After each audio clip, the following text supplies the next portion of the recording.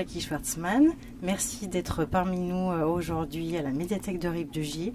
Nous sommes vraiment très contents de vous accueillir de nouveau, puisque vous étiez venu nous voir en octobre 2022. Et du coup, là, on vous accueille pour que vous nous présentiez aussi votre dernier roman, Bastion. Est-ce que vous pouvez nous en parler ?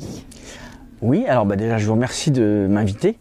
Je reviens avec plaisir dans une médiathèque un peu modifiée, voilà, un peu en mode dégradé, mais c'est toujours aussi agréable d'être là. Pour Bastion, alors c'est l'histoire d'un jeune retraité qui s'ennuie, qui n'a pas d'enfant, pas de femme, vieux garçon, et qui est très très copain avec un ami d'enfance qui s'appelle Bernard. Il a passé toute sa vie à rattraper les conneries de Bernard, à la vie, à la mort. Et donc la dernière connerie en date, c'est que Bernard se lance dans le militantisme et il intègre l'équipe de campagne électorale d'Éric Zemmour pour les élections présidentielles de 2027. Donc il est chargé de trouver des parrainages dans la région lyonnaise. Voilà. Et donc Jean-Marc, qui lui est socialiste, c'est un des 5 derniers socialistes de France, décide de suivre son pote un peu pour qu'il fasse pas ça tout seul. Et puis s'assurer qu'il part pas dans des trucs. Et évidemment, Bernard se retrouve avec les mauvaises personnes qui préparent, qui fomentent un attentat de très grande envergure au niveau national. Et avant de commencer ce roman, est-ce que vous avez été obligé de faire un travail d'investigation sur justement le milieu de l'ultra-droite ?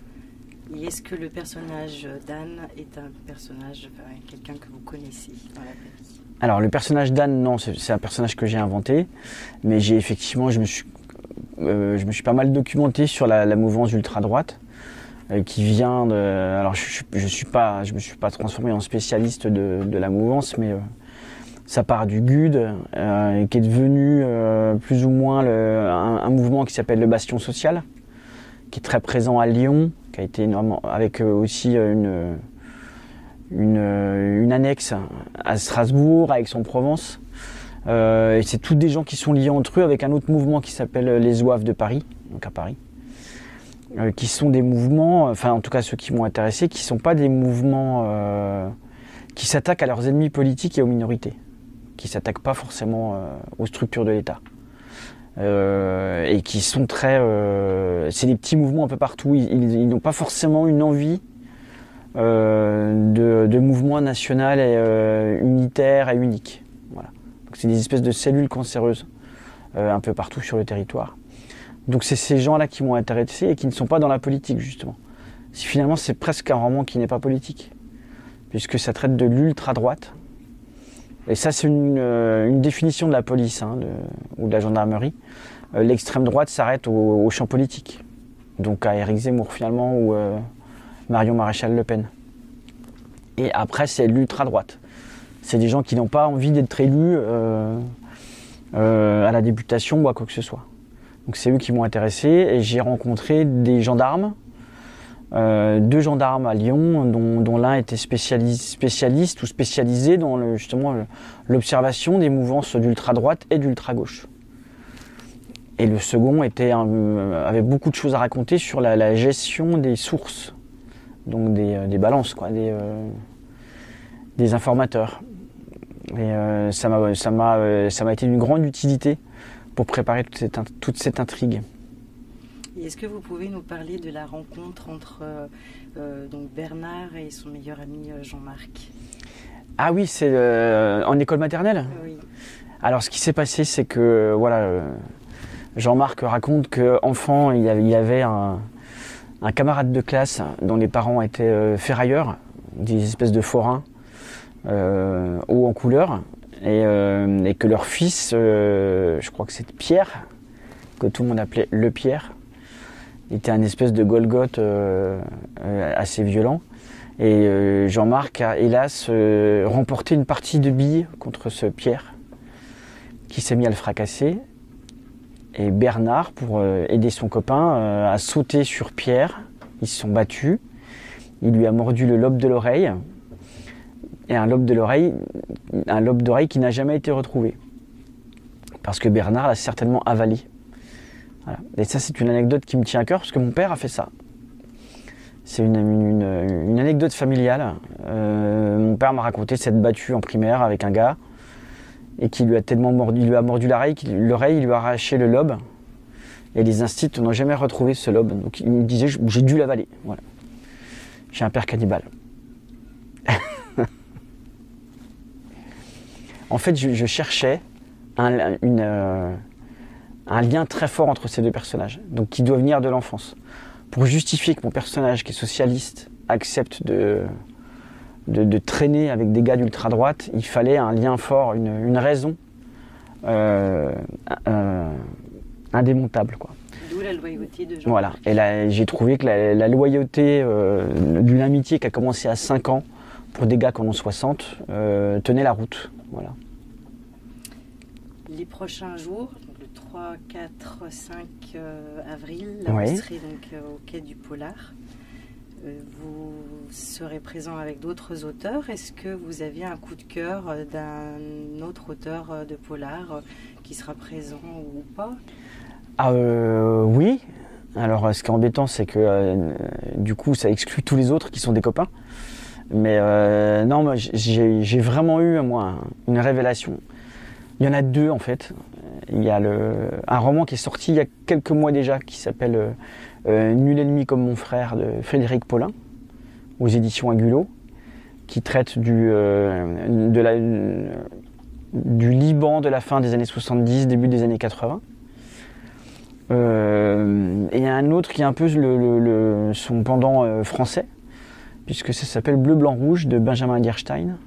C'est sorti chez Flammarion et qui traite de la France sous la période de la fin de Giscard. Ça se déroule entre 78 et 79. Alors c'est le début d'une trilogie, il y aura 3 tomes. 3 tomes de 800 pages, je dis ça pour donner envie de l'acheter. Donc c'est un investissement quand même de lecteur, hein. Je parle pas d'argent, mais de se dire on va s'enfiler tout ça. Mais franchement, moi j'ai lu le premier avec délectation.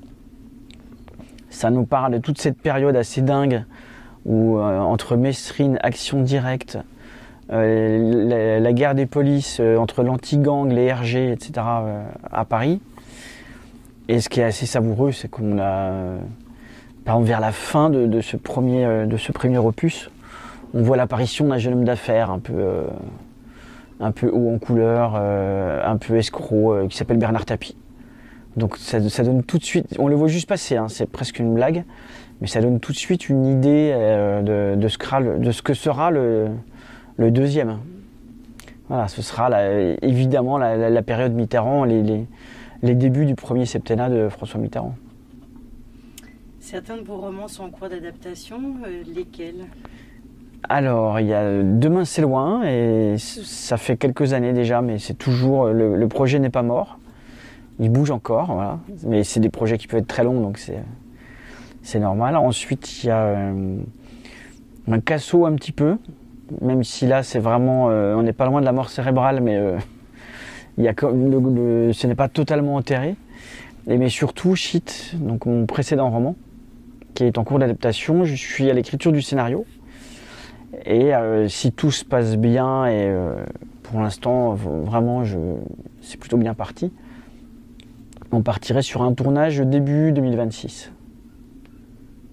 C'est très prochainement. Très prochainement. Et il y a une adaptation en cours également de ma bande dessinée Abbé Mousse Bastarde. Qui est... je réfléchis, oui, c'est Netflix. Mais ce serait Netflix USA. Donc un projet en langue anglaise dans lequel je ne participerai pas en tant que scénariste. Et depuis que vous savez que potentiellement vos livres à venir peuvent être adaptés au cinéma, est-ce que ça a changé quelque chose dans votre façon d'écrire?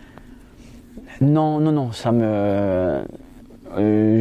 quand je suis en train d'écrire, comme si je me regardais écrire, parfois je me dis, ah bah tiens, ça serait une belle scène, ça ferait une belle scène dans un long métrage. Mais ça ne me fait pas changer ma technique d'écriture au moment du roman. Ni les enjeux, ni les choix d'histoire. Ça, je reste vraiment... et c'est un moment de liberté fantastique, l'écriture de roman. parce que je suis seul à écrire et j'ai aucun problème de production. C'est-à-dire que si je veux qu'une navette, qu'une fusée Ariane s'écrase sur la Tour Eiffel, c'est pas un problème. Au cinéma, je pense qu'un producteur va tout de suite dire la scène là, t'es sûr, ça coûte un peu cher. Voilà, donc l'écriture du roman, c'est mon espace de liberté totale. Donc je suis pas influencé par ce qui peut se passer après. Merci à vous, Jackie Schwartzman, d'avoir répondu à merci à vous. questions.